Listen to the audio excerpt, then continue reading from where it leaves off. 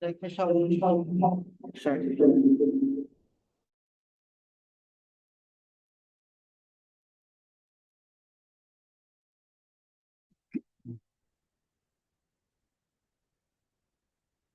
You can hear me?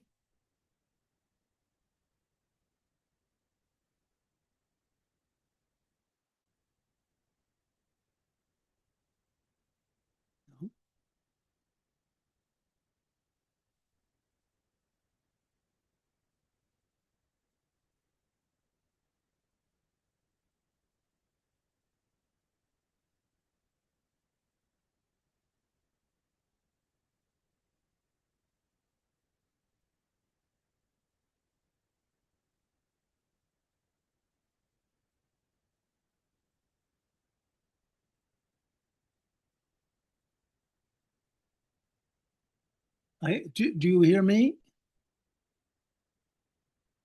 You-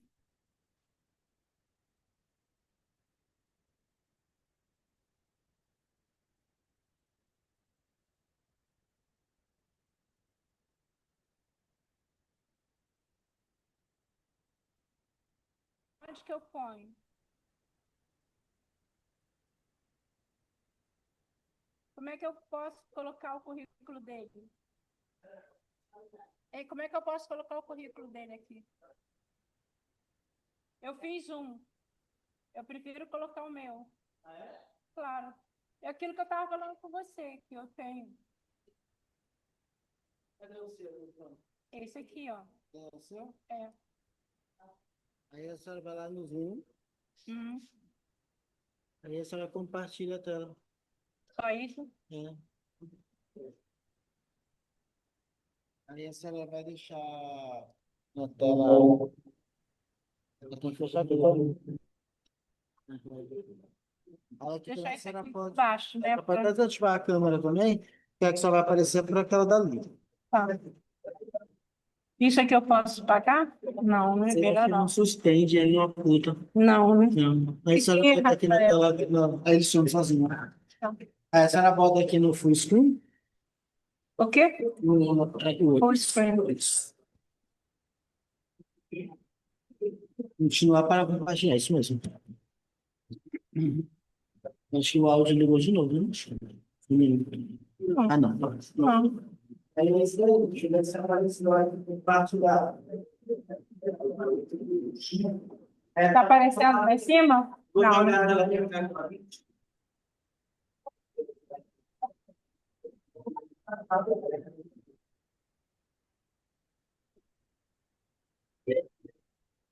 E cadê? A câmera não tá apontando para mim, né? Eu tô aqui no cantinho, né?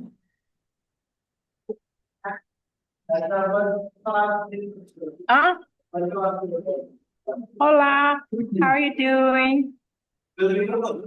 Hello, how you doing? We just, before the preparation for the conference, and we are trying to fix everything out. Can you see the display that I have? Ele pode ver o compartilhamento da. Hã? Hã? Can you I can't see? hear you. It's in Portuguese, but maybe you can spot some mistakes that I did. I think not. Don't worry. Don't worry. Yeah. It's Fortsheim, the name of the Pforzheimer. Fortsheim. Yes. All right. Yeah, good. So I'm from the University of Pennsylvania. Yeah. Yes, you Yeah. told me. Yeah. Good.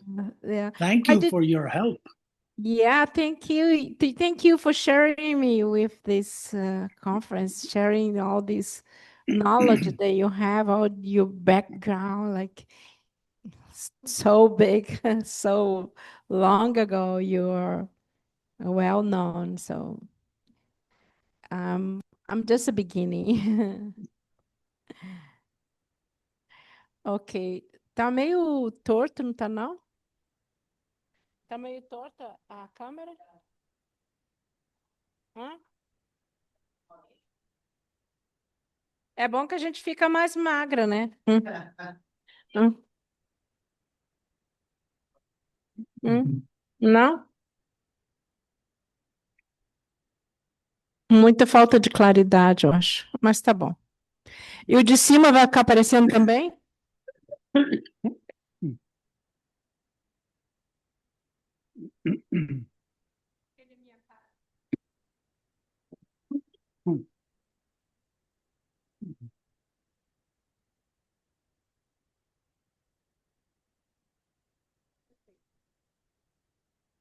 Ok. Acho que ficou bom. César, ficou bom? Pode apagar o meu microfone. Andressa, eu tô só testando meu microfone, tá tudo ok aí? Dá para me ouvir? Sim, eu tô ouvindo. Ah, obrigado, professor. Tá. Tá. Sim.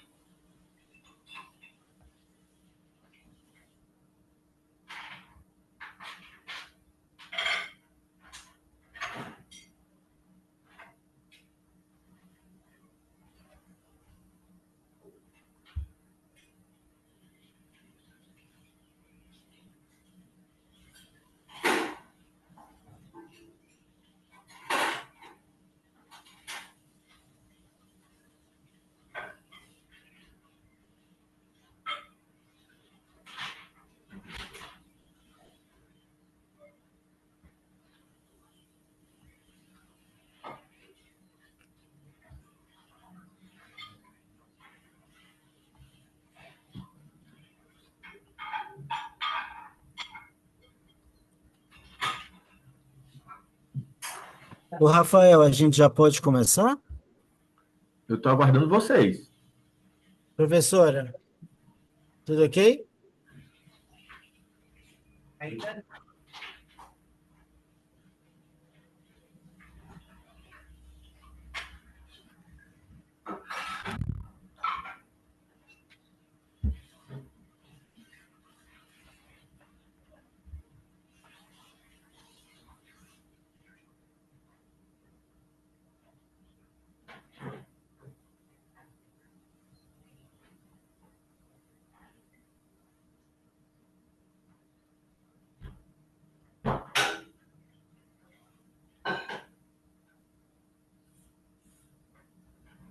Assim que o professor Samuel der o ok, Rafael, a gente vai começar, tá bom?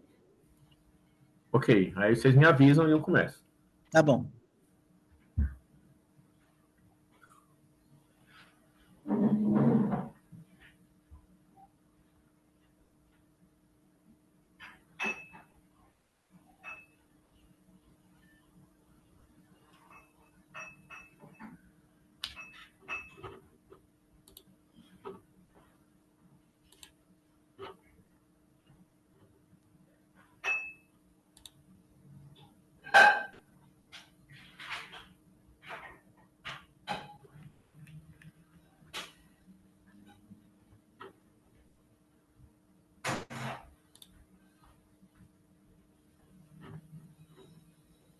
Lara, pega essa impressão bem para mim, por favor.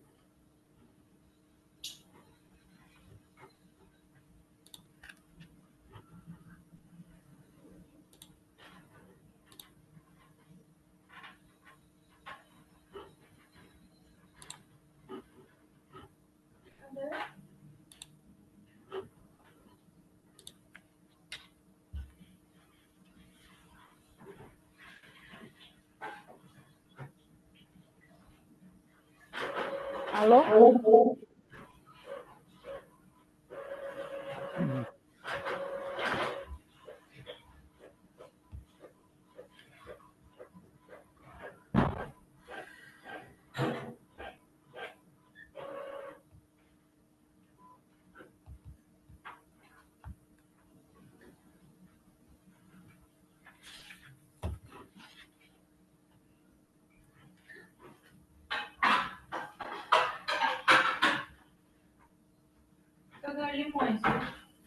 Ah, é.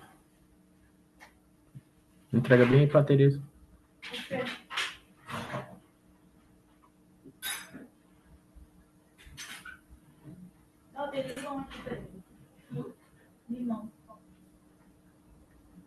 Oi.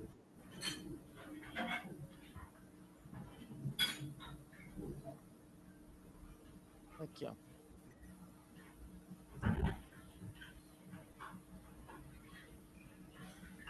Tá. Hello, Professor. We're going to take more 10 minutes. Just be patient, right? Okay. Because the people are coming from lunch. Okay, fine.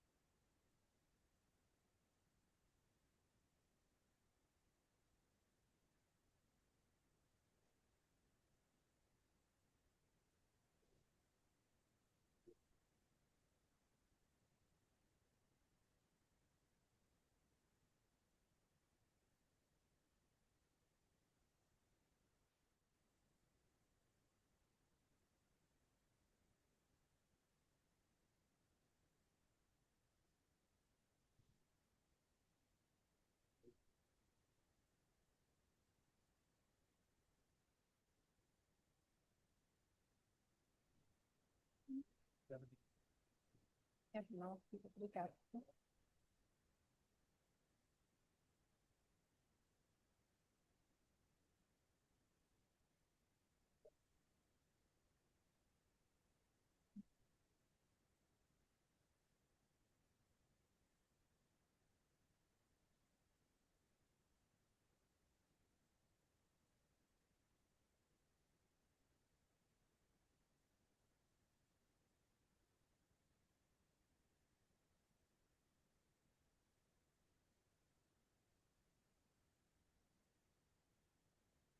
Podemos começar?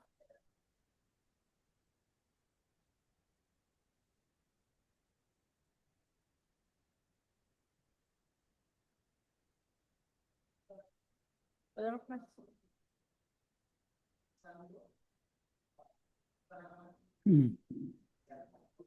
Tá.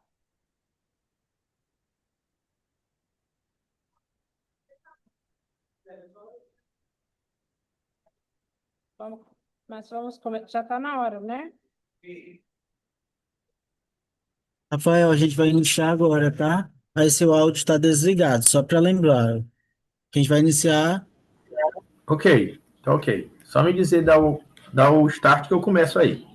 Eu vou só iniciar no YouTube primeiro, e aí eu falo aqui ok, porque aí você já sabe e começa, tá bom? Tá bom.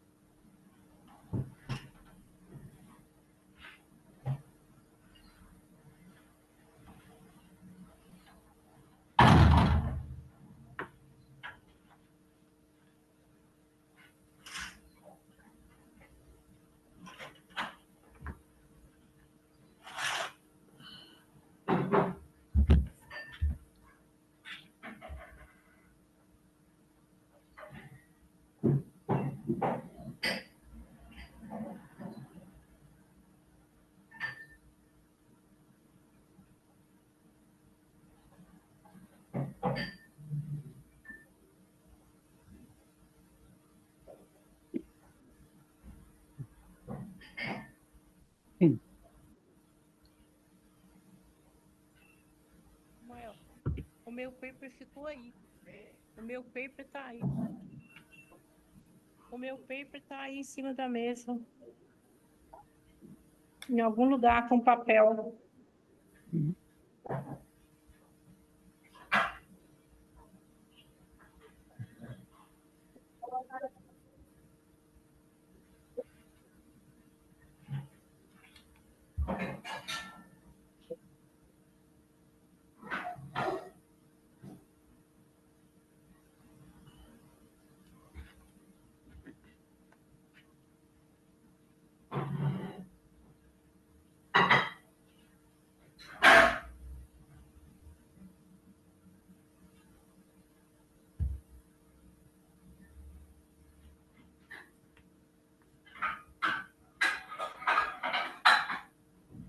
Vamos começar, gente.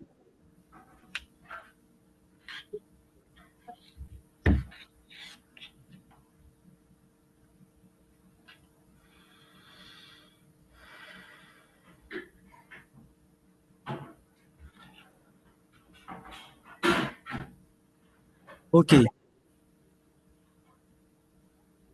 Posso começar?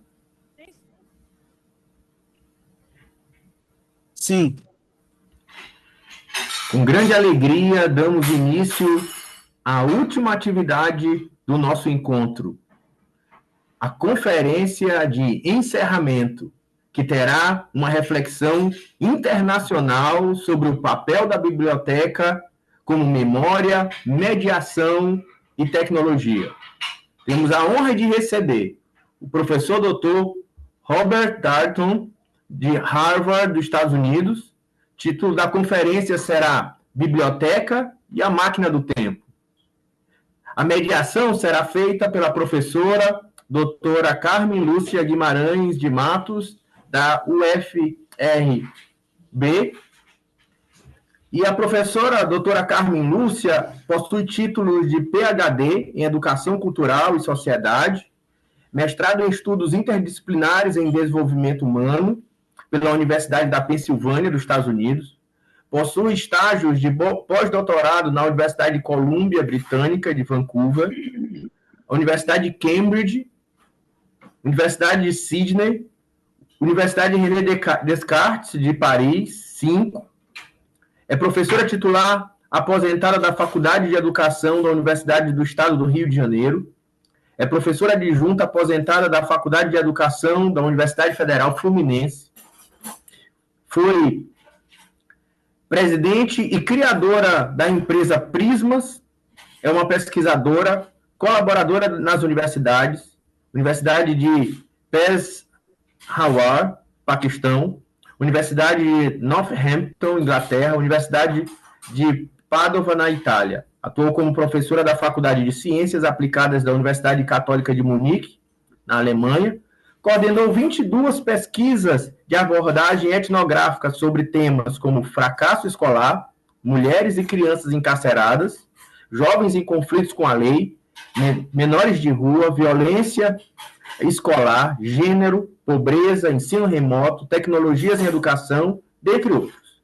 Tem experiência na área de educação, atuando principalmente nos temas etnografia crítica, justiça social, fracasso escolar, exclusão e vulnerabilidades sociais. Tecnologia na escola, teorias críticas, teorias socio-interativas, interações, teoria a voz dos alunos e processos de ensino e aprendizagem com foco nos alunos e alunas. Orientou dezenas de teses e dissertações, centenas de trabalhos de conclusão de curso e mais de 500 jovens em iniciação científica. Tem 70 anos, nascida no interior do estado do Rio de Janeiro, considera-se de origem racial mestiça, afrodescendente espanhol e indígena, de cor da pele parda, cisgênero, de orientação heterossexual.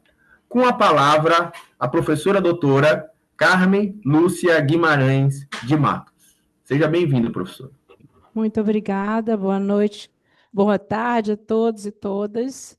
É uma honra estar aqui apresentando o professor Robert Darnton, da Universidade de Harvard. e eu fico lisonjeada com a leitura do meu currículo, não precisava tanto, né? A ideia é que nós passamos uma tarde bem agradável.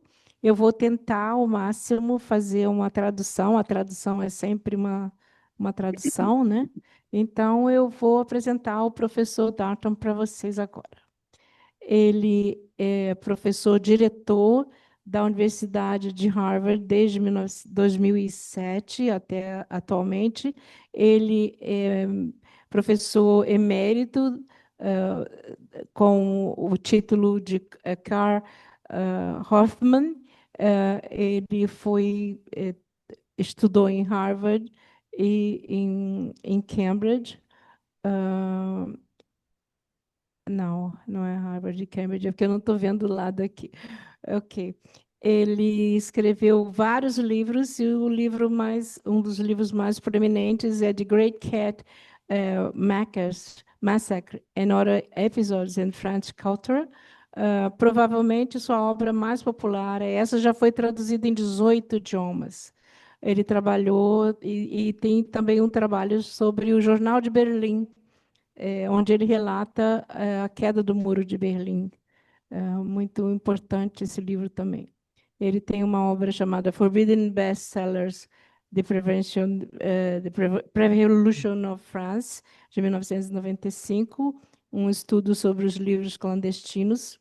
E o seu livro mais recente chama-se The Case for Books, de 2009. Ele também escreveu sobre The Devil of Holy Water and the Art of Slaughter in France, no tempo do Luís XIV até Napoleão, Poesia e Polícia, Comunicações e Networking no tempo do Enlightenment da França, em 2010. E ele... Bem, com uma bibliografia dessa, ele não precisa de muitas apresentações, né? Eu gostaria imensamente de passar a palavra para o professor Darton e deixar ouvi-lo. Eu vou tentar fazer da seguinte forma: ele fala uma parte e eu tento traduzir para vocês, mas também vai ser possível ter acesso pelo screen. Eu acho que vai ser assim. Vamos lá, professor Danton, a palavra está com o senhor. Muito prazer. So, thank you so much for this invitation. I'm honored to be speaking to you. I wish I could be with you in person, but alas, that was not possible. Libraries are time machines, especially old libraries with rare book rooms. I can remember the first time I ever entered a rare book room. I was a beginning student at Harvard in 1957, and I had heard that Harvard had a great collection of rare books. Ele falou que é um prazer enorme estar aqui conosco e, infelizmente, ele não pode estar presencialmente, que ele tem... a primeira vez que ele começou como estudante de Harvard, e quando ele entrou na biblioteca, num tempo muito antigo, ele se deparou com uma possibilidade de estudar e de acessar alguns livros muito raros, e foi isso. So, taking my courage in my hands, I entered this imposing rare book library, and I asked if I could see Herman Melville's copy of Emerson's essays, which was rumored to exist in their collection. To my amazement, it arrived on my desk in a matter of minutes. It was a rather battered, ordinary-looking volume with the title Essays by R.W. Emerson, Boston, 1847. Ele, com tomado de toda a sua coragem pelas mãos, ele entrou no imponente prédio e perguntou se poderia ver as cópias de Herbert Melville dos ensaios de Emerson, que diziam existir nas pilhas de livro. Para a surpresa dele, chegou à mesa dele, em questões de minutos, um volume bastante surrado e de aparência comum, os ensaios por R.W. Emerson, Boston, 1847. So soon I was reading a book that Melville had held in his hands and had even marked in certain places.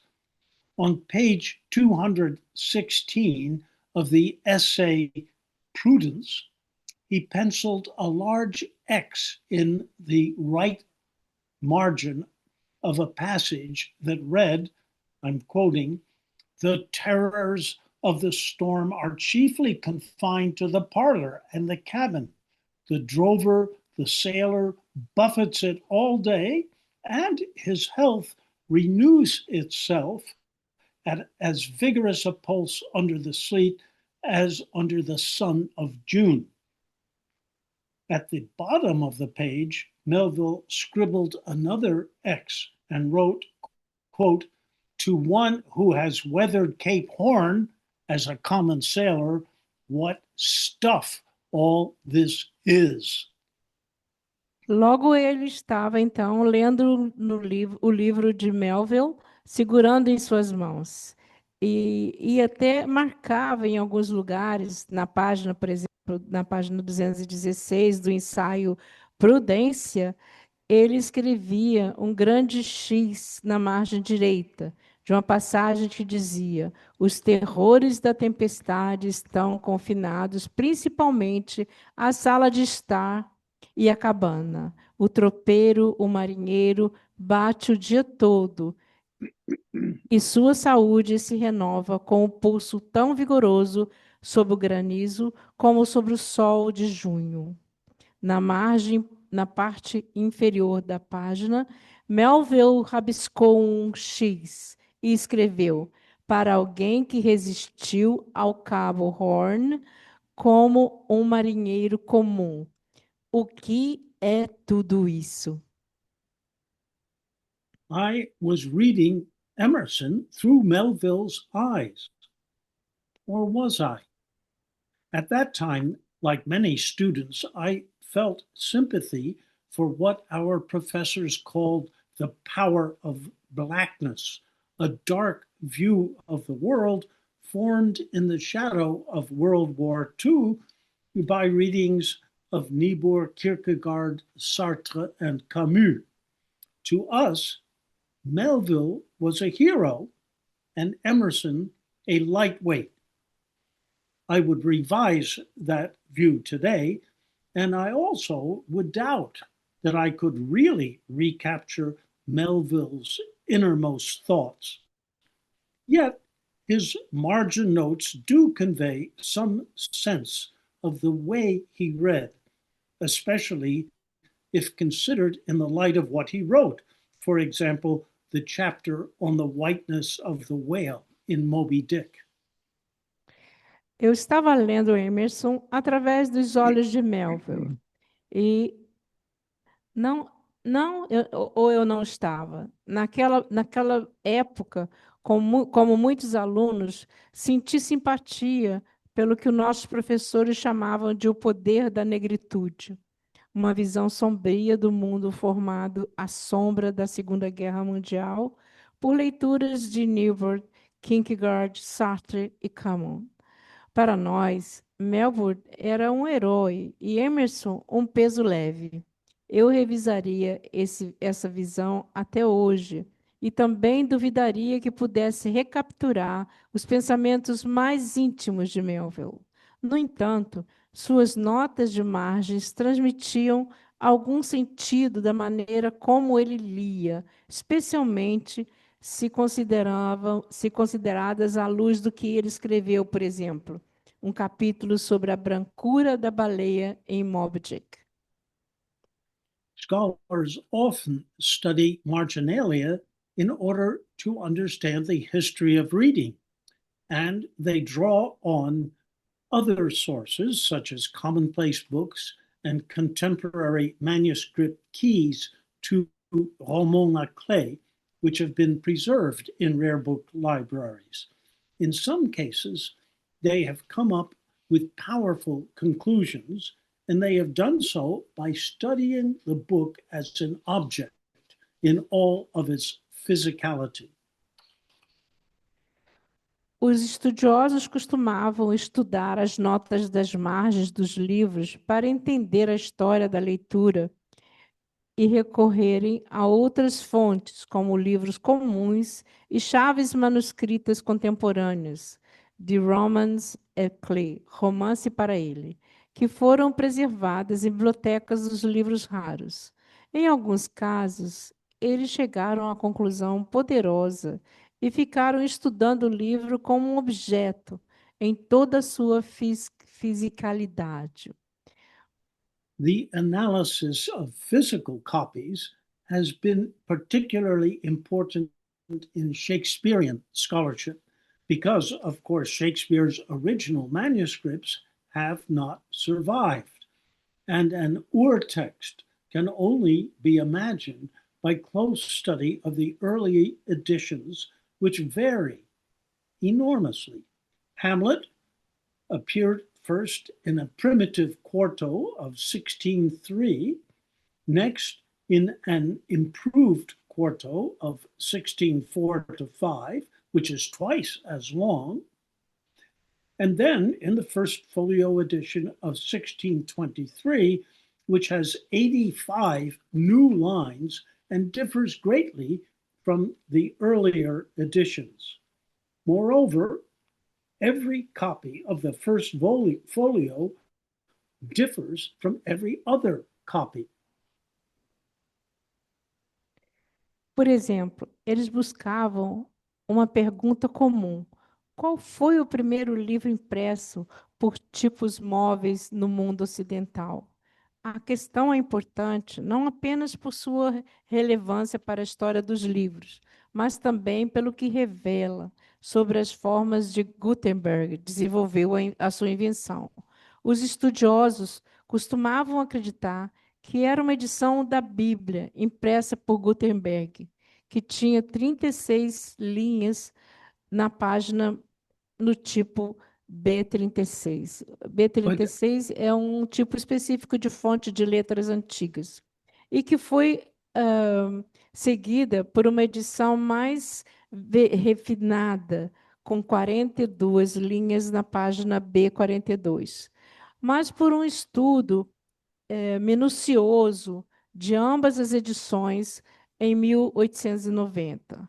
Carl Dysgall, um bibliotecário da Universidade de Göttingen, notou um erro tipográfico no B36, que provou que um compositor havia usado o B42 como cópia quando definiu B36, e, portanto, que B42 veio primeiro. Uma inspeção mais aprofundada da Bíblia, de 42 linhas, mostrou que Gutenberg havia começado colocando 40 linhas nas páginas e depois aumentou o número de linhas em um esforço para economizar os custos, embora já tivesse feito muitas impressões, particularmente de coisas efêmeras, como indulgência para a igreja. Ele continuou a experimentar e improvisar enquanto aperfeiçoava o primeiro livro impresso no mundo ocidental.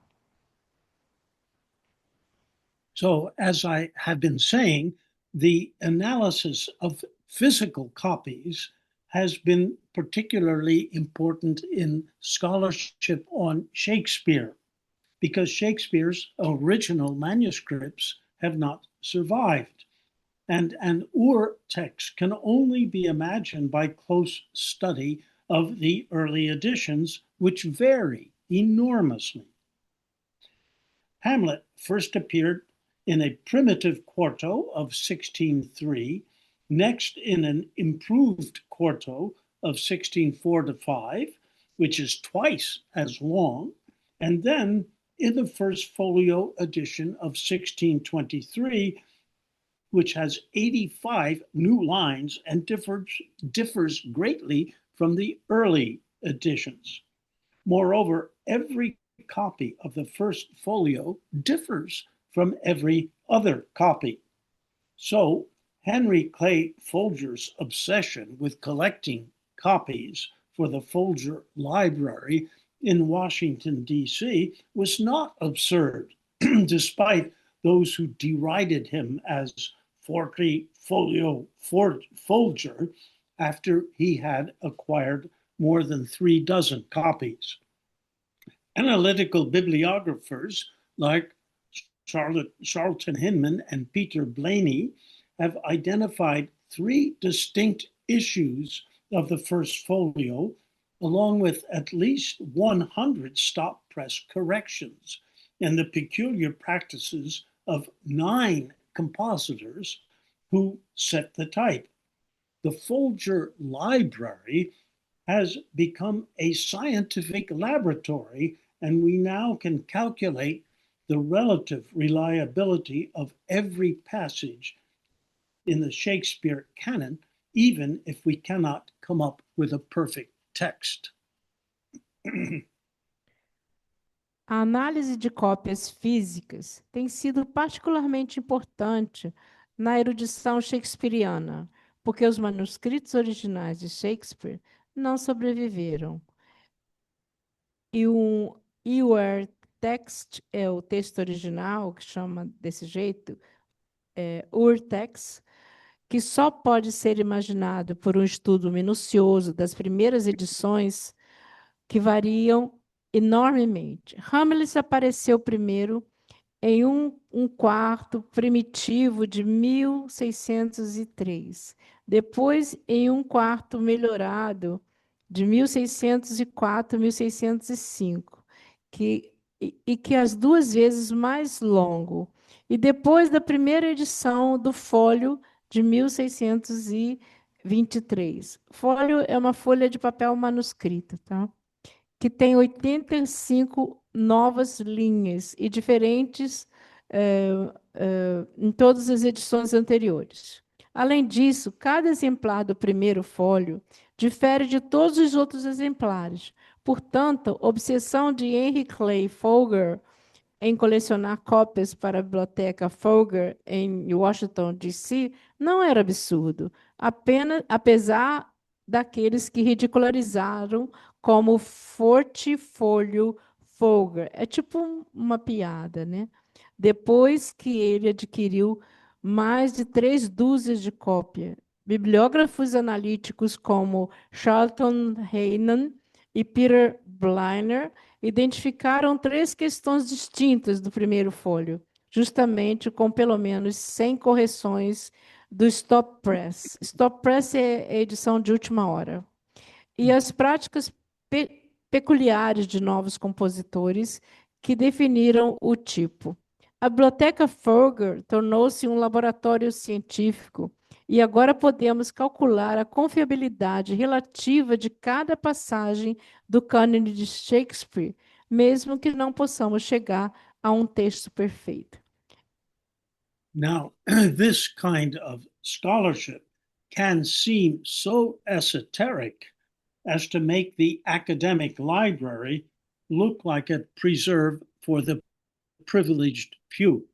Yet academies have grown up around their libraries to the benefit of many millions. In 1638, John Harvard, a Puritan dissenter who had studied at Emmanuel College, Cambridge, died in the primitive settlement that would eventually develop into Cambridge, Massachusetts, where I'm sitting today. He left his library of 400 volumes to the small academy that had been founded there 2 years earlier. Suddenly, It had the largest library in North America, 400 volumes. In gratitude, it adopted the name of Harvard and began to grow around its core of books. Now, nearly 4 centuries and 20 million books later, the library is the soul of a great university. Other universities have developed in the same way, and they typically locate their libraries at the centers of their campuses. Em um tipo de erudição ou sabedoria, eu traduzi como erudição ou sabedoria, mas ele falou scholarship. Pode parecer tão esotérico que faz com que a biblioteca acadêmica pareça uma reserva para poucos privilegiados. No entanto, as academias cresceram em torno de suas bibliotecas para benefício de milhões. Em 1638, John Harvard, um dissidente puritano que havia estudado no Emmanuel College, Cambridge, morreu em um povoado primitivo que acabaria se desenvolvendo em Cambridge, Massachusetts. Ele falou, onde eu estou agora. Ele deixou sua biblioteca com 400 volumes para a pequena academia que havia sido fundada lá 2 anos antes. De repente, tinha a maior biblioteca da América do Norte, 400 volumes. Em gratidão, adotou o nome de Harvard e começou a crescer em torno do seu terreno, esse núcleo de livros e essa biblioteca. Agora, quase 4 séculos, 20 milhões de livros depois, a biblioteca é a alma de uma grande universidade. E outras universidades se desenvolveram da mesma maneira e normalmente localizam suas bibliotecas nos centros dos seus campos. Another theme in the history of libraries expresses a utopian dream, the possibility of making all knowledge available to all humans. That will take us far back into the past and also into the future, thinking of libraries as time machines. Outro tema da história das bibliotecas expressa um sonho utópico e possibilidade de tornar todo o conhecimento disponível para todos os humanos. Isso nos levará de volta ao passado e também ao futuro, pensando nas bibliotecas como máquinas do tempo, que é o título da conferência, né, gente? From what little we know about the Library of Alexandria, it embodied both the bright side and the dark side of the history of libraries. In its popularized versions, it calls up a romantic vision of the greatest library that ever was. All knowledge from antiquity packed into one palatial space, and then a tragic ending. Fire set by none other than Julius Caesar.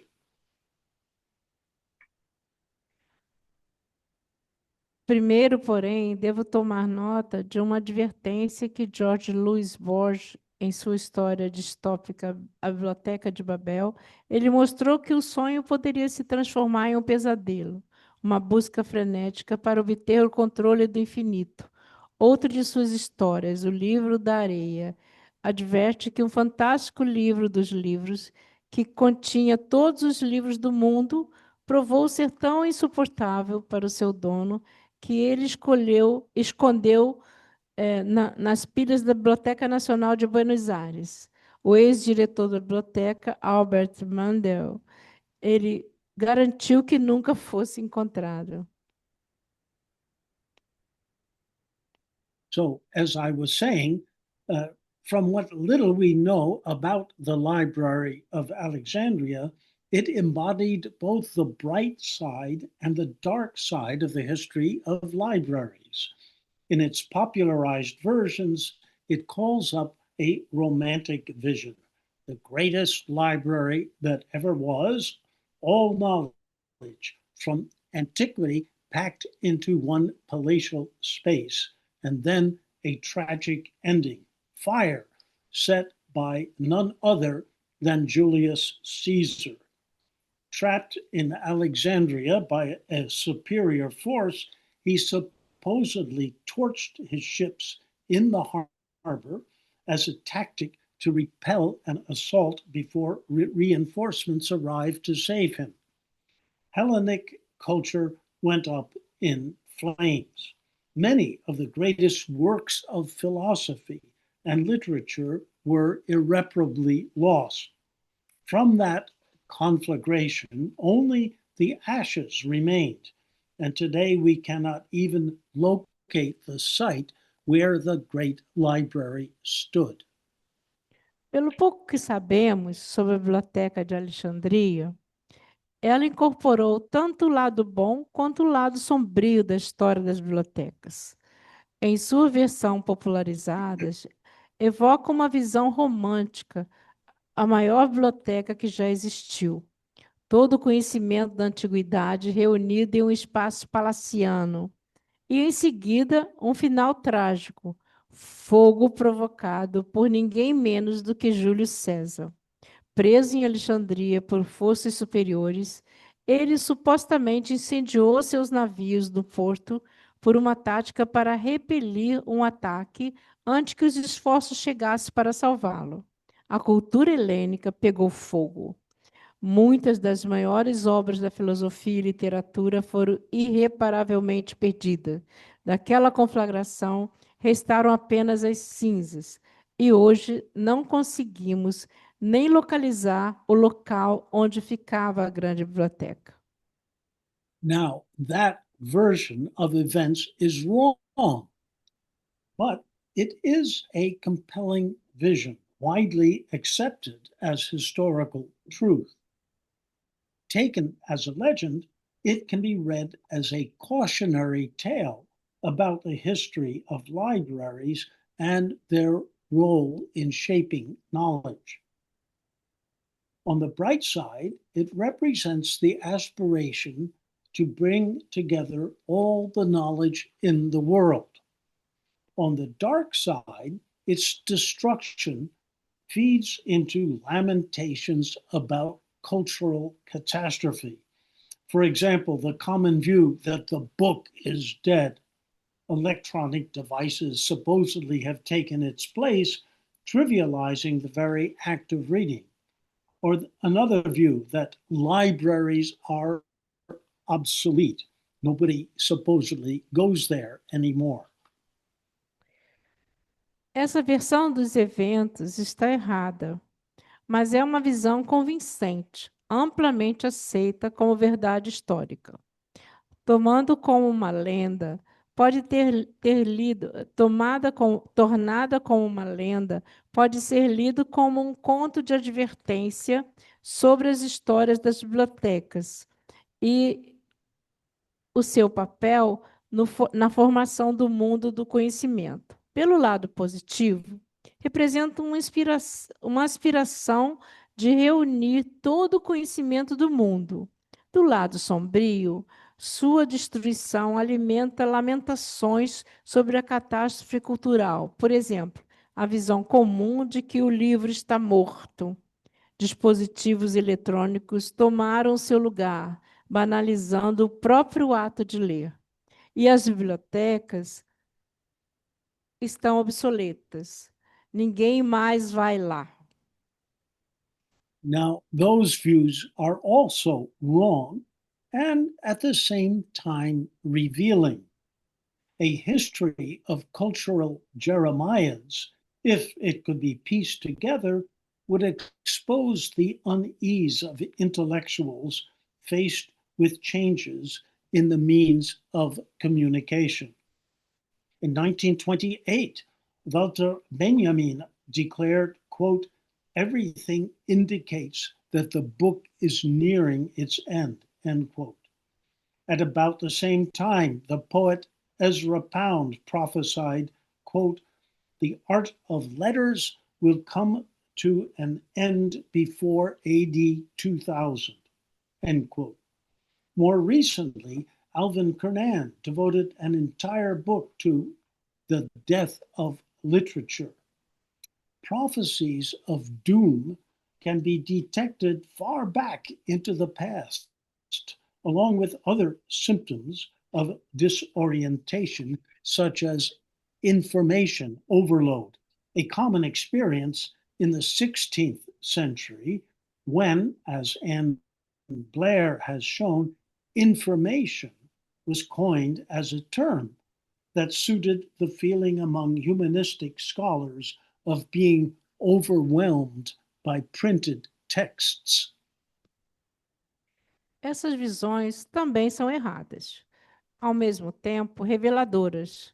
Uma história de Jeremias culturais, eu traduzi Jeremias culturais como uma figura bíblica, né, que tinha a, a ideia é que advertiu o povo sobre a consequência e o pecado coletivo, no caso da leitura dos livros, né, de ir à biblioteca.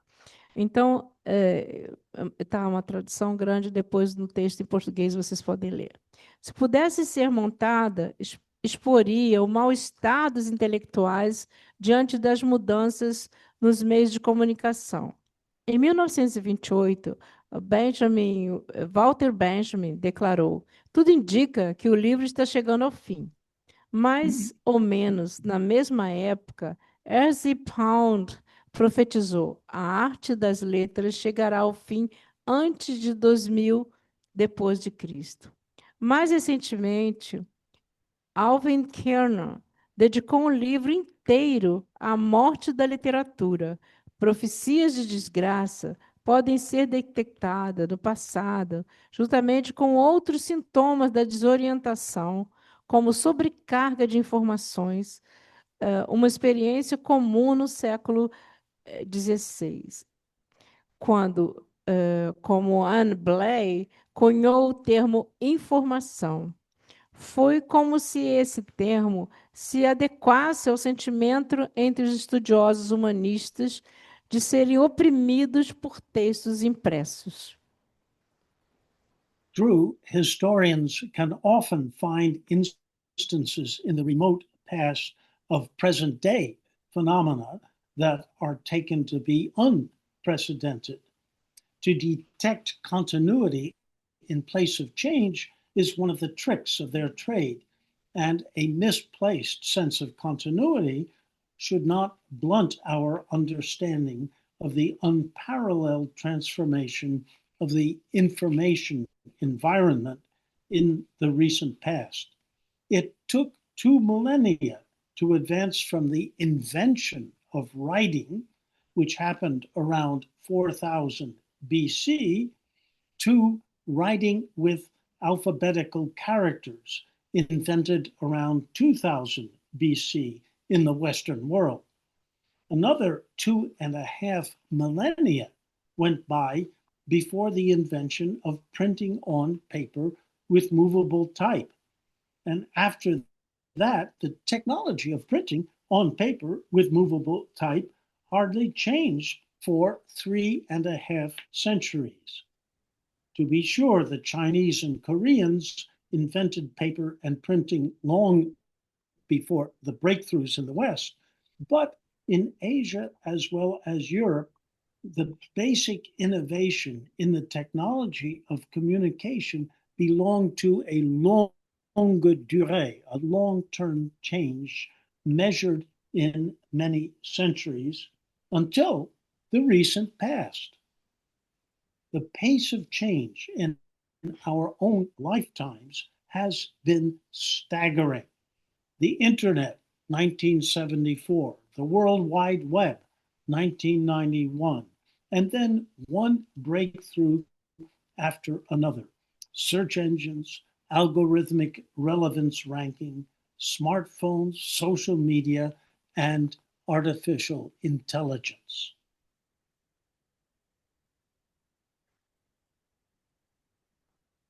É verdade que historiadores muitas vezes podem encontrar exemplos no remoto passado de fenômenos atuais que são considerados detectores da continuidade no lugar de mudança. É um dos truques do seu ofício. E um senso equivocado de continuidade que não deve embotar nossa compreensão de transformações sem precedentes no ambiente de informação de passado recente. Foram necessários 2 milênios para avançar na invenção da escrita, que aconteceu por volta do ano de 4000 a.C., mas para a escrita com características alfabéticas inventadas por volta de 2000 a.C., no mundo ocidental. Outros 2 milênios e meio se passaram antes da invenção da impressão de papel, com tipos móveis, e depois disso, a tecnologia de impressão quase não mudou por 3 séculos e meio. É verdade que os chineses e os coreanos inventaram o papel e a impressão muito antes dos avanços do Ocidente. Mas na Ásia e na Europa, a invenção básica da tecnologia de comunicação pertencia a um long durée, quer dizer, um longo tempo, medidas em muitos séculos até o passado recente. O ritmo da mudança em nossas próprias vidas tem sido impressionante. A internet, 1974, a Wide Web, né, www, 1991, e em seguida um avanço após o outro, mecanismo de pesquisa, classificação de relevâncias algorítmicas, smartphones, mídia social e inteligência artificial. Now, looking backward across all those changes, one can ask whether the Library of Alexandria should be considered as a turning point in the history of information. Insofar as that question involves technology, the answer is no. The library's holdings consisted almost entirely of papyrus scrolls, and it contributed little or nothing to the most important technological change of its time. That is, the shift during the first 2 centuries of the Common Era from the volumen or scroll, which one read by unrolling, to the codex, a book made up of sheets folded and bound together, which one reads by turning pages. Olhando para trás, para todas essas mudanças, pode-se perguntar se a Biblioteca da Alexandria deve ser considerada como um ponto de virada na história da informação. Na medida em que essa pergunta envolve tecnologia, a resposta é não.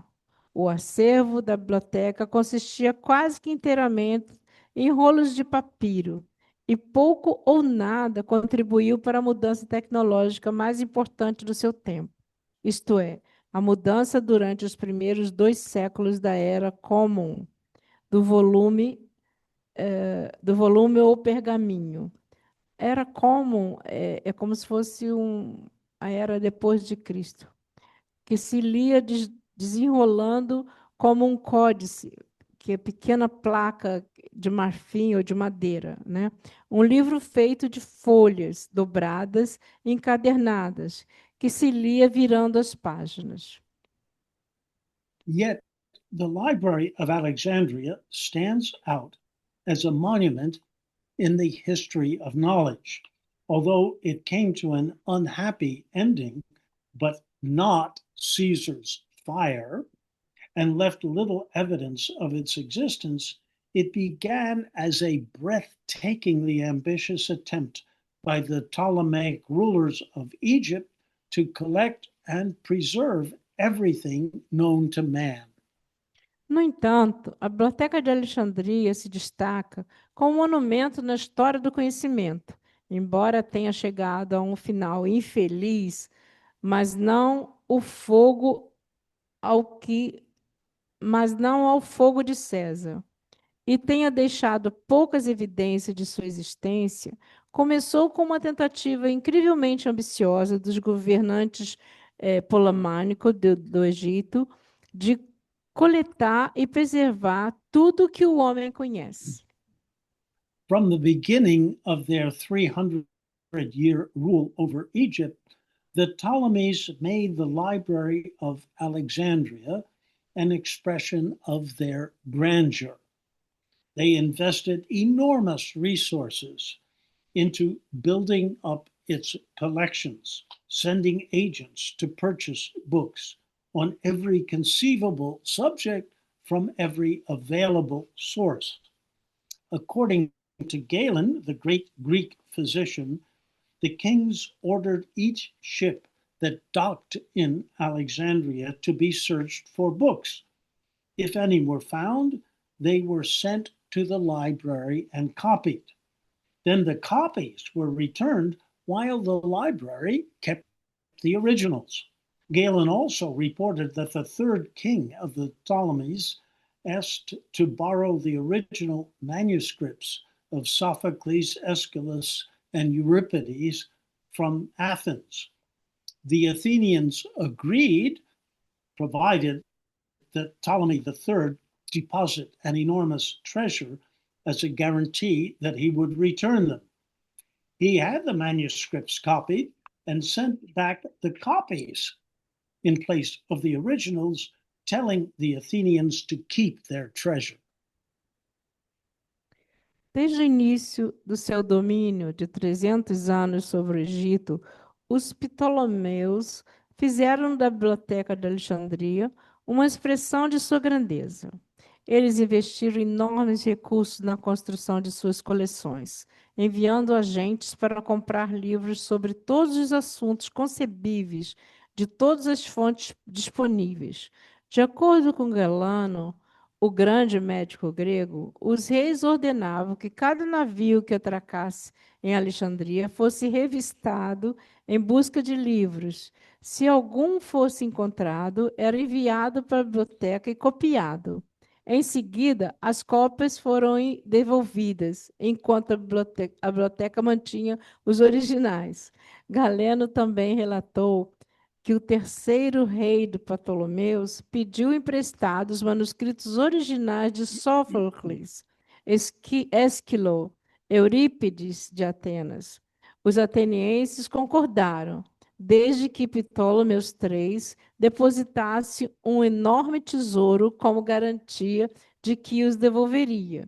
Ele mandou copiar os manuscritos e devolveu as cópias no lugar dos originais, dizendo aos atenienses que ficassem com o tesouro.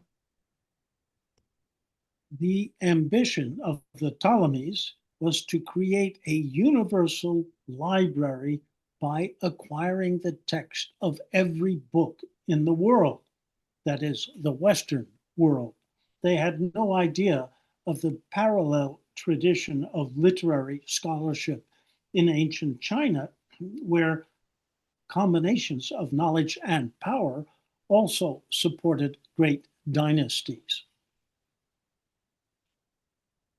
A ambição de Ptolomeus era criar uma biblioteca universal, adquirindo os textos de todos os livros do mundo, isto é, do mundo ocidental. Eles não tinham ideia da tradição paralela da erudição literária da China antiga, onde combinações de conhecimento e poder também apoiavam grandes dinastias.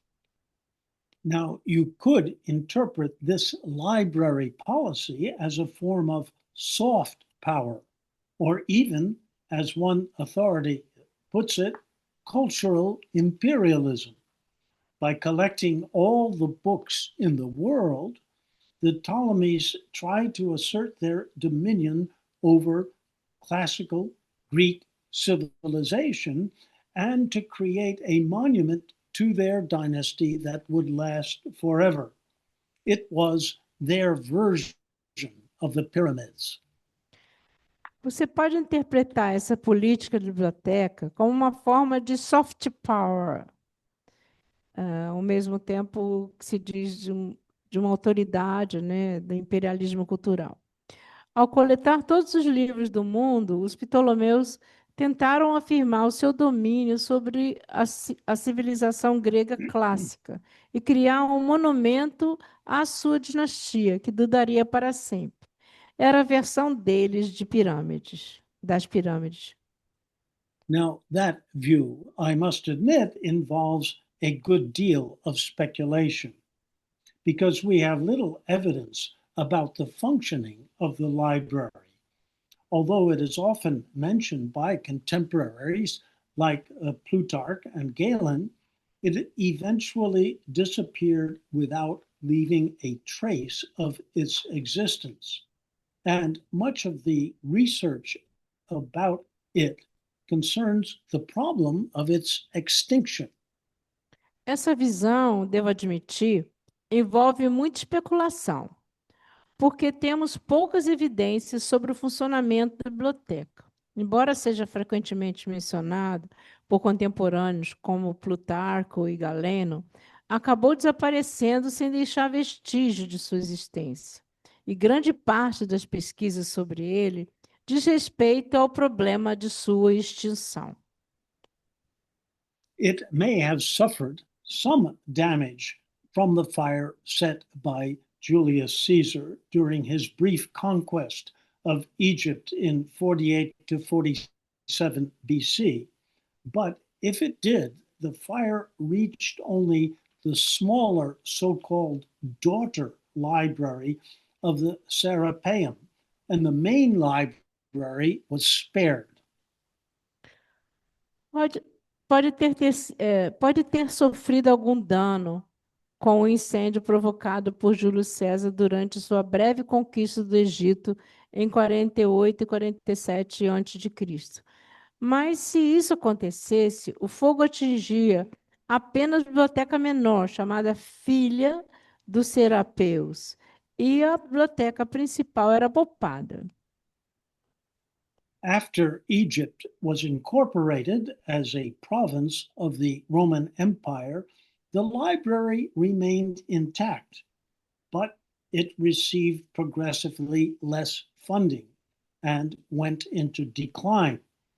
Its demise probably occurred in 2072 AD during a civil war, which destroyed the area inside Alexandria, known as the Brucheion, where the library was located. Reports by later travelers indicate that nothing remained but ruins by the end of the 4th century AD.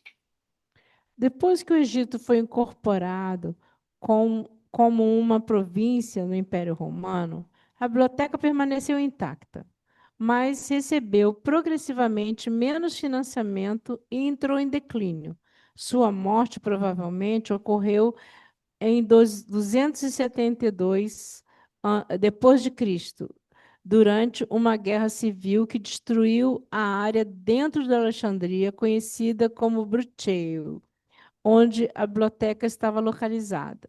Relatos de viagens posteriormente indicam que nada restou além das ruínas no final do século IV depois de Cristo. Now, what little we know about its holdings mainly comes from notes made by monks when they copied classical texts during the Middle Ages.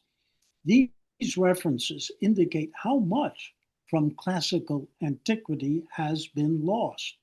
In the case of Euripides, for example, contemporary evidence shows that he wrote 92 or perhaps 95 plays.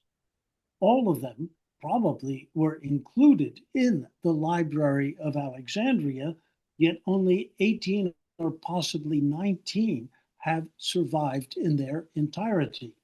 So yes, the loss of the library was a catastrophe, even though it did not happen all at once in one great bonfire.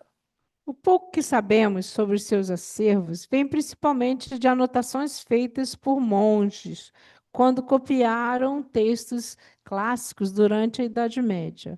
Essas referências indicam quanto da antiguidade clássica foi perdido. No caso do Eurípides, Por exemplo, evidências contemporâneas mostram que ele escreveu 92 ou talvez 95 peças. Todos eles provavelmente foram incluídos na Biblioteca de Alexandria, mas apenas 18 ou possivelmente 19 sobreviveram em sua totalidade. Então, sim, a perda da biblioteca foi uma catástrofe, embora não tenha acontecido de uma vez só em uma grande fogueira. Still, the library had existed for 600 years, making its collections of at least 400,000 scrolls available to visiting scholars and dominating the world of knowledge throughout the Hellenistic age. Quite a record when compared with modern libraries, except, of course, the University Library of Oxford, which is now a century older than its Alexandrian predecessor and is still going strong. Ainda assim, a biblioteca existia há 600 anos e disponibilizando suas coleções de pelo menos 400.000 pergaminhos para estudiosos visitantes e dominando o mundo do conhecimento durante a era helênica, um recorde, e tanto quanto comparado com bibliotecas modernas, exceto, é claro, pela biblioteca da Universidade de Oxford, que agora é um século mais velha que a sua antecessora alexandrina e ainda está forte. Now, does this story, familiar to classicists, yield any fresh conclusions? From the perspective of library history, 2 points stand out. First, the Library of Alexandria represents the culmination of a shift in antiquity from a literature based on oral transmission to one based on script. Zenodotus, its first librarian, was also the first to edit Homer's epics, and in collating texts, he divided them into books or chapters, adapting them to the eye rather than the ear. Second, the library expressed the ambition to bring all knowledge together and by doing so to exert mastery of everything known. That ambition is still with us. Essa história familiar aos classicistas produz novas conclusões. Não, é uma pergunta. Essa história familiar aos classicistas produz novas conclusões? Do ponto de vista da história da biblioteca, 2 pontos se destacam. Primeiro, a Biblioteca da Alexandria representa o culminar de uma mudança na antiguidade, de uma literatura baseada na transmissão oral, para uma base escrita. Zenódoto, seu primeiro bibliotecário, também foi o primeiro a editar os épicos de Homero, e ao agrupar textos, dividindo-os em livros ou capítulos, adaptando ao olhar e não aos ouvidos. Em segundo lugar, a biblioteca expressou a ambição de reunir todo o conhecimento e, ao fazê-lo, exerceu o domínio de tudo o que é conhecido. Essa ambição ainda está conosco. It did not originate in Alexandria, however. In 1849, archaeologists discovered a collection of 30,000 clay tablets at Nineveh in northern Iraq.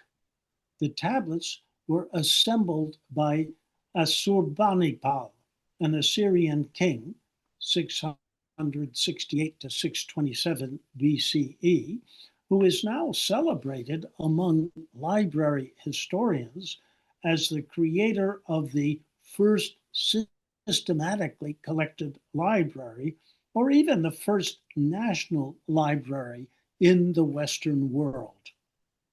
Não se originou em Alexandria, no entanto.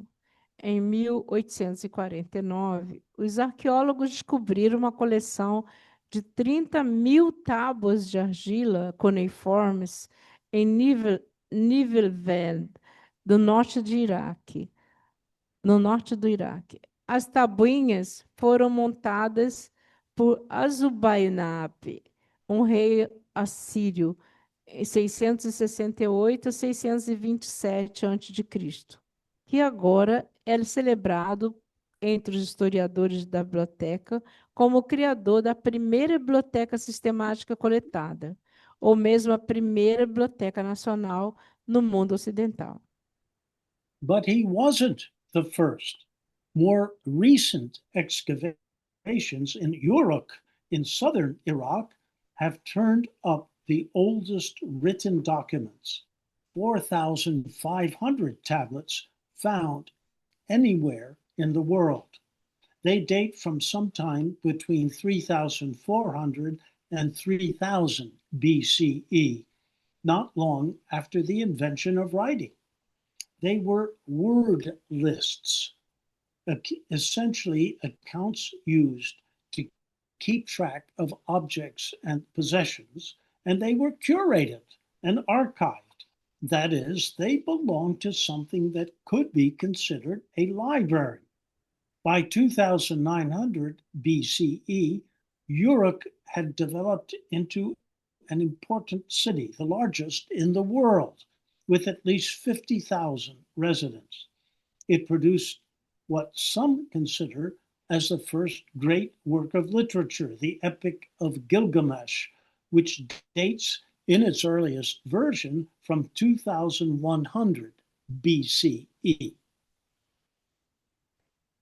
Mas ele não foi o primeiro. Escavações mais recentes em Uruk, no sul do Iraque, revelam os documentos escritos por antigos 4.500 tabuinhas encontradas em qualquer lugar do mundo.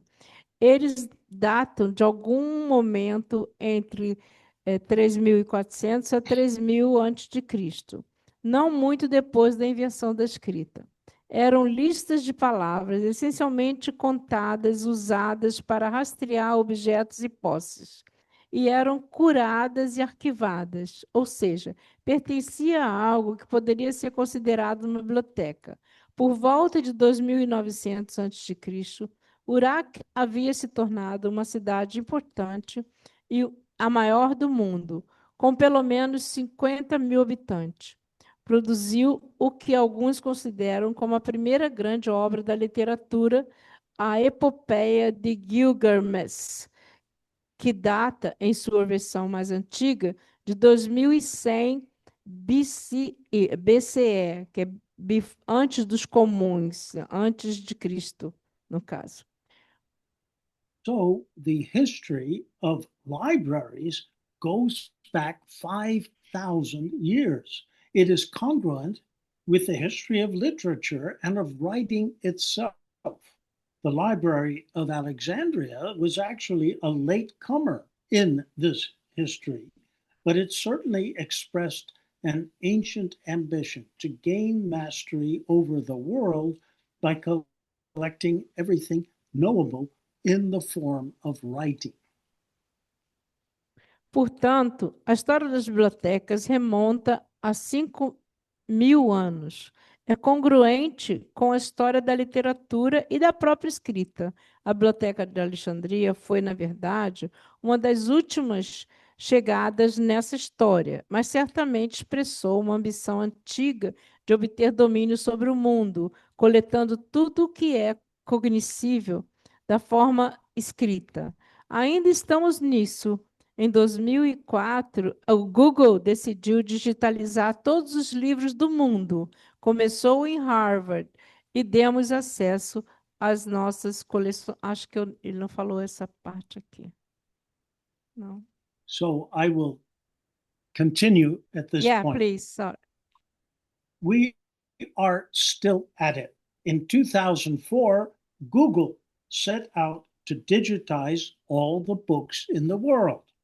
It began at Harvard, and we gave it access to our collections, the largest of any university library. But When Google asked to digitize books of ours that were covered by copyright, we said no. Google then made the same requests of Michigan, Stanford, and the University of California. They agreed, and immediately Google found itself being sued for copyright infringement by the Authors Guild and the Association of American Publishers. After 3.5 years of negotiations, the parties reached a settlement. Unfortunately, the settlement transformed what was originally a search service Google had proposed to help users locate texts from its gigantic database, but not to read more than snippets of them, into a commercial library. As it finally emerged, Google Book Search meant that we, in the world of libraries, would have to buy back our own books in digital form at a subscription rate that could be ruinous. Google was creating a monopoly of a new kind, a monopoly of access to knowledge in digital form. Ainda estamos nisso. Em 2004, a Google decidiu digitalizar todos os livros do mundo. Começou em Harvard, dando acesso às nossas coleções, as maiores de qualquer biblioteca universitária. Mas quando a Google pediu para digitalizar nossos livros cobertos por direitos autorais, dissemos não. O Google, então, fez o mesmo pedido a Michigan, Stanford, University of California. Eles concordaram e, imediatamente, o Google foi processado por violação dos direitos autorais pelo Autor Guild e pela Associação Associação dos Americanos Publishers. Depois de 3 anos e meio de negociação, as partes chegaram a um acordo. Infelizmente, o acordo transformou o que era originalmente um serviço de busca. O Google havia proposto ajudar os usuários a localizar textos de seu gigantesco banco de dados, mas não ler mais do que trechos deles em uma biblioteca comercial. Quando finalmente surgiu a pesquisa de livros do Google, significava que nós, no mundo das bibliotecas, teríamos que comprar de volta nossos próprios livros em formato digital, a uma taxa de assinatura que poderia ser ruinosa. A Google estava criando um monopólio de um novo tipo, um monopólio de acesso ao conhecimento em formato digital. On March 22nd, 2011, the Southern Federal District Court of New York declared the settlement an illegal monopoly in restraint of trade. Therefore, Google Book Search was dead. But like the Library of Alexandria, it provided an inspiring example. And even before it was declared illegal, it raised a question. Would it not be possible to create a non-commercial library devoted to the public good by linking all the digitized holdings in all the major libraries of America? Em 22 de março de 2011, o Tribunal Distrital Federal do Sul de Nova York declarou o acordo um monopólio ilegal nas restrições do comércio. Portanto, a pesquisa de livros do Google estava morta. Mas a Biblioteca de Alexandria forneceu um exemplo inspirador. E mesmo antes de ser declarado ilegal, levantou uma questão que não seria possível criar uma biblioteca não comercial dedicada ao bem público, ligando todos os acervos digitalizados em todas as principais bibliotecas da América. On October 1st, 2010, a group of leaders from foundations, libraries, and computer science met at Harvard to discuss the possibility of applying that principle to the world of libraries in the digital age. We immediately agreed that it was possible to create a digital public library of America, and we set to work devising a technical infrastructure, a network of contributing libraries, and an administrative center. On April 18, 2013, the DPLA was launched. Its collections now contain 50 million books and other objects. They come from 6,000 institutions located in all 50 states, and they are being used free of charge by readers all over the world, except for one country, North Korea. Em 1º de outubro de 2010, um grupo de líderes de fundadores de bibliotecas e ciência da computação se reuniu em Harvard para discutir a possibilidade de aplicar esse princípio ao mundo das bibliotecas da era digital. Concordamos imediatamente que era possível criar uma biblioteca pública digital da América e começamos a trabalhar, criando uma infraestrutura técnica, uma rede de bibliotecas, contribuintes e um centro administrativo. Em 18 de abril de 2013, o DPLA, foi lançada, né? A Biblioteca Pública Digital da América. Foi lançada. Suas coleções agora contêm 50 milhões de livros e outros objetos. Eles vêm de 6.000 instituições, eles vêm de 6.000 instituições localizadas em todos os 50 estados e estão sendo usados gratuitamente por leitores de todo o mundo, exceto por um país, a Coreia do Norte. Similar and complementary projects also exist, notably Europeana, the Hathi Trust, and the Internet Archive. So do problems, including the excessive restrictions of international copyright law. But I would like to end on a happy note. We now have it in our power to realize a dream that goes back thousands of years. We can create a library that will make all books available to all humanity. And readers will have access to it from a time machine that will help them imagine, however imperfectly, the lives of their predecessors going back to the distant past.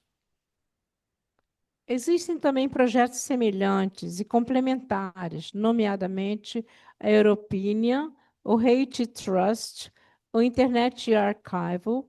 Então, o mesmo acontece com os problemas, incluindo as restrições excessivas das leis internacionais de direitos autorais. Mas gostaria de terminar com uma nota feliz. Agora temos o poder de realizar um sonho que remonta milhares de anos. Podemos criar uma biblioteca que disponibilizará todos os livros para toda a humanidade. E os leitores terão acesso a ela a partir de uma máquina do tempo, que os ajudará a imaginar ainda que imperfeitamente as vidas de seus antecessores, voltando ao passado distante. Thank you for your attention and thank you for your interpreting. Thank you very much.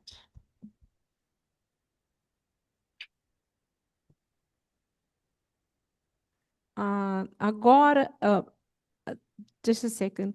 Agora nós vamos passar às perguntas, quem quiser fazer alguma pergunta. Professor, we are very happy to have you here again, I'm saying, because I learned a lot, and everybody here must have learned the history of the library, what's spectacular timeline of what's going to happen and what was happening before. So now we're going to pass to the question. If you still have energy to answer some question from the public. Anybody has a question? No? César? Não.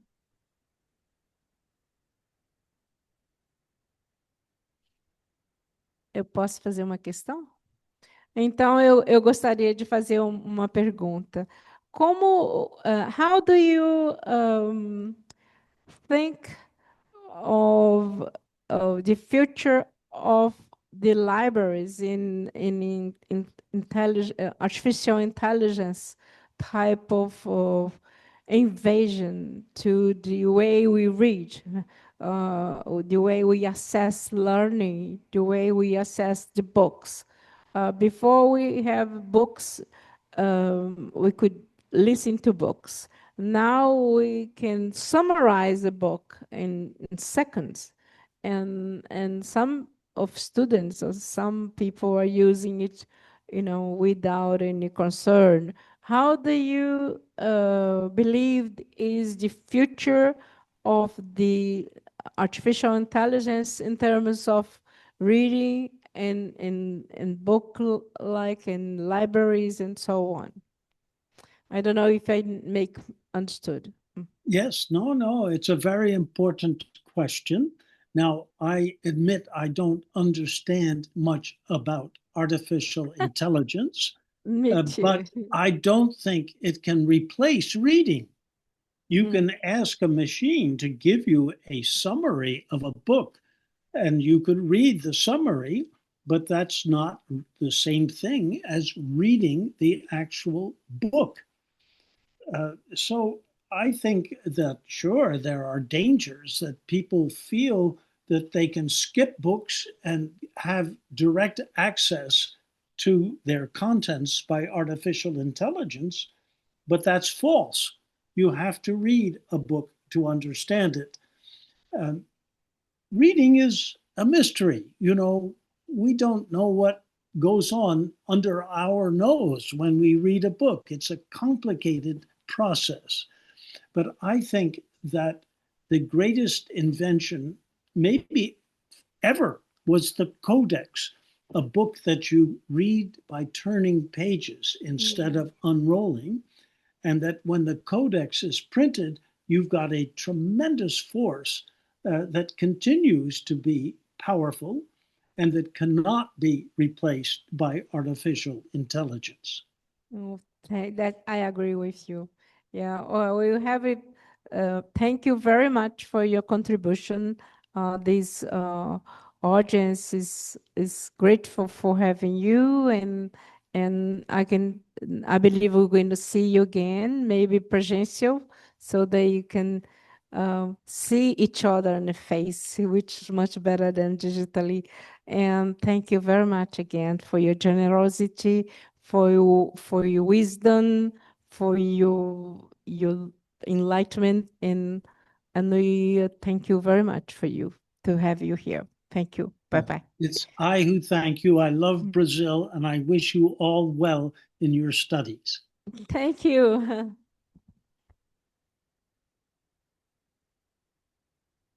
We are disconnecting now.